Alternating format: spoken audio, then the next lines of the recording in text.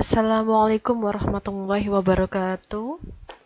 Sebelumnya marilah kita mengucapkan puji syukur kehadirat Allah Subhanahu wa taala karena atas limpahan taufik dan hidayahnya sehingga kita dapat mengikuti acara perkuliahan daring asinkron melalui media YouTube hari ini dalam keadaan sehat walafiat. Allahumma amin. Perkuliahan Difusi Inovasi Pendidikan hari ini akan mengusung materi mengenai konsekuensi inovasi.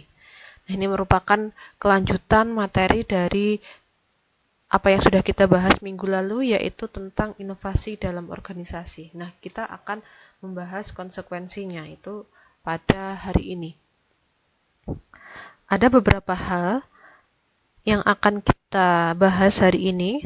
Tentunya saya ingatkan sebelumnya untuk melakukan presensi terlebih dahulu dengan mengetikkan nama pada kolom komentar. Kemudian nanti ketika waktu presentasi berlangsung, apabila ada pertanyaan terkait dengan hal yang kurang dipahami, Anda bisa langsung menanyakannya pada kolom komentar.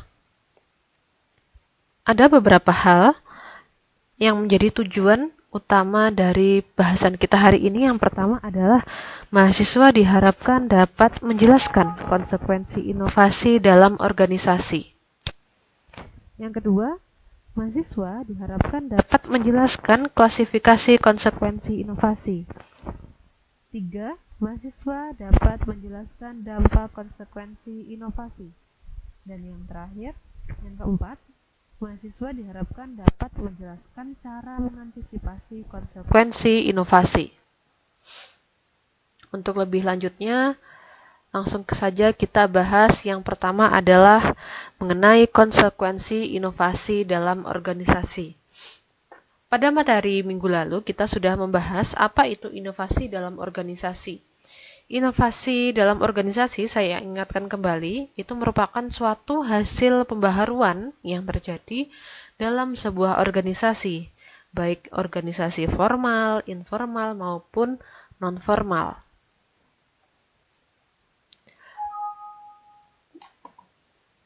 Konsekuensi inovasi itu adalah perubahan yang terjadi pada individu atau suatu sistem sosial, katakanlah organisasi seperti itu, sebagai hasil pengadopsian atau penolakan terhadap suatu inovasi.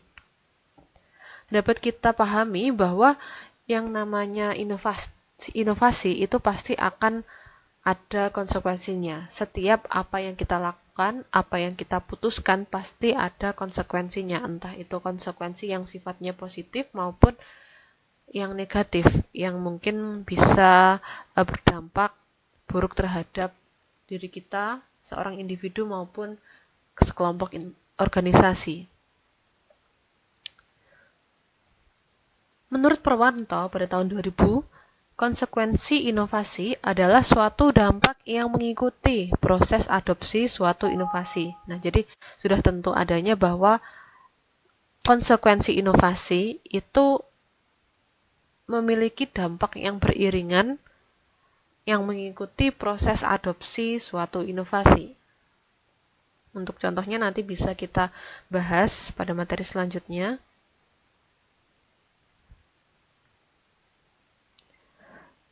Konsekuensi dari pengadopsian sebuah inovasi itu berupa invensi atau pembaharuan dan difusi atau penyebaran. Jadi konsekuensi yang didapat berdasarkan inovasi yang sudah diterapkan tadi itu bisa berupa dua hal. Yang pertama bisa berupa invensi atau pembaharuan dan juga bisa berupa difusi atau penyebaran. Nah, akibatnya itu dapat diduga bahwa walaupun banyak inovasi dalam berbagai bidang itu diupayakan, tetapi hanya sedikit terjadi perubahan. Jadi dalam memperkirakan konsekuensi dari inovasi itu harus berdasarkan alasan-alasan yang rasional. Alasan-alasan yang sesuai dengan keadaan yang sebenarnya, dapat dinalar dengan logika. Sehingga banyak ide-ide baru itu sebenarnya yang dipromosikan dan diadopsi, tetapi pembaharuan atau perbaikan itu di berbagai bidang tetap belum nampak hasilnya. Ini biasanya dikarenakan mungkin karena inovasi yang diadopsi itu kurang sesuai atau kurang memenuhi kebutuhan seseorang, tidak didasarkan atas analisis kebutuhan suatu kelompok organisasi, kemudian langsung tiba-tiba dilakukan inovasi. Nah, itu akan berdampak pada dampak akhirnya nanti. Kemungkinan untuk hasilnya itu kurang bisa diterima. Di mana pada awal mula pengadopsian inovasi itu sekelompok organisasi, sekelompok individu itu biasanya masih wajar bisa menerima, bisa menerapkan, tapi lama-kelamaan itu mereka kurang bisa menerima, kurang bisa mengaplikasikannya dalam kehidupan sehari-hari sehingga hasilnya itu belum tampak. Banyak inovasi di masyarakat itu memiliki tingkat keuntungan yang relatif rendah. Nah, ini akibatnya seperti ini. Nah, itu sebabnya karena mungkin memang kurang sesuai dengan kebutuhan masyarakat. Meskipun inovasi demikian itu diadopsi oleh banyak orang, tetapi belum tentu efektif dan bahkan mungkin biasanya bisa sampai ditinggalkan. Jadi inovasinya hanya bertahan dalam kurun beberapa waktu begitu saja sehingga kurang mendapat perhatian, kurang mendapat perawatan sehingga hasilnya pun belum bisa tampak. Ya, berdasarkan apa yang sudah kita bicarakan tentang konsekuensi inovasi dalam organisasi, dapat kita simpulkan bahwa konsekuensi inovasi bagi organisasi, bagi sekelompok organisasi dalam sistem sosial, itu adalah inovasi akan menimbulkan perubahan sesuai tujuan atau inovasi bisa diterima oleh masyarakat, namun tidak terjadi perubahan karena beberapa faktor penghambat sulitnya penerapan inovasi. Sehingga yang namanya analisis kebutuhan, menganalisis karakteristik subjek inovasi, target yang akan kita jadikan sebagai inovasi, itu memiliki arti penting dalam ketika suatu inovasi itu sudah diterapkan. Dalam artian ketika semua masyarakat yang menjadi tujuan objek inovasi itu sudah melaksanakan, itu dampaknya apa? Hasil positifnya itu sesuai tidak dengan tujuan inovasi yang sudah dirumuskan sebelumnya. Nah, itu merupakan konsekuensi inovasi bagi organisasi. Selanjutnya kita bahas terkait dengan klasifikasi konsekuensi inovasi. Konsekuensi inovasi itu memiliki 3 klasifikasi. Masing-masing klasifikasi tersebut merupakan suatu kelanjutan yang memiliki 2 kutub yang berlawanan. Jadi ini berbeda antara satu klasifikasi dengan klasifikasi lain. Pertama, ini ada konsekuensi yang diharapkan dan konsekuensi yang tidak diharapkan. Nah, ini sifatnya berlawanan atau berkebalikan, di mana konsekuensi yang diharapkan itu adalah suatu inovasi yang mempunyai pengaruh fungsional sesuai dengan keinginan individu. Jadi, konsekuensi yang diharapkan itu sudah sesuai dengan tujuan dari inovasi yang akan dikembangkan. Jadi sebelumnya itu ketika perumusan tujuan inovasi itu direncanakan, dibuat dalam kerangka berpikir begitu.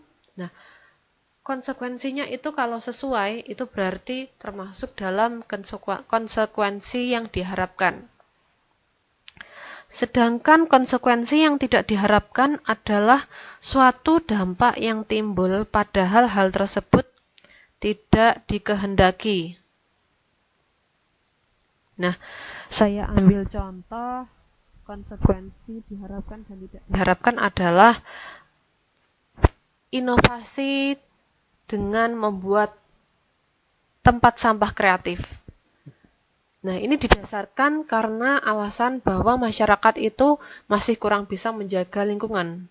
Jangan masyarakat kita katakan dalam lingkup sekolah saja. Saya contohkan kalau dalam lingkup sekolah itu ketika banyak warga sekolah, terutama siswa yang memang belum bisa menjaga lingkungan dengan baik, masih buang sampah sembarangan. Nah, itu salah satu guru misalkan membuat suatu inovasi, membuat sampah kreatif, tentu saja mengikut sertakan siswa dalam pekerjaan itu misalnya. Nah, dalam pembuatan suatu inovasi itu, tujuannya adalah agar siswa itu setelah dibuat tempat sampah kreatif bisa mengubah pola perilakunya sehingga bisa membuang sampah pada tempat yang seharusnya. Nah, itu tujuannya itu. Nah, kemudian itu yang siswa bisa mengikuti arahan di mana bisa membuang sampah pada tempatnya itu tadi, itu merupakan konsekuensi yang diharapkan. Kemudian yang tidak diharapkan itu apa? Siswa-siswa masih ada yang membuang sampah di sembarang tempat. Nah, itu merupakan salah satu contoh konsekuensi yang tidak diharapkan, di mana perilaku atau perubahan yang dimunculkan oleh siswa itu tidak sesuai dengan tujuan dibuatnya suatu inovasi. Nah, klasifikasi yang kedua, ini ada konsekuensi langsung dan juga konsekuensi tidak langsung. Konsekuensi langsung adalah suatu inovasi yang mempunyai pengaruh segera terhadap individu atau suatu sistem sosial. Sedangkan konsekuensi tidak langsung adalah inovasi yang memberikan pengaruh tidak segera. Konsekuensi langsung, suatu inovasi itu menghasilkan perubahan-perubahan sistem sosial yang terjadi sebagai respon segera penyebaran suatu inovasi. Nah, salah satu contoh dari konsekuensi langsung dan tidak langsung ini adalah gerakan literasi. Gerakan literasi yang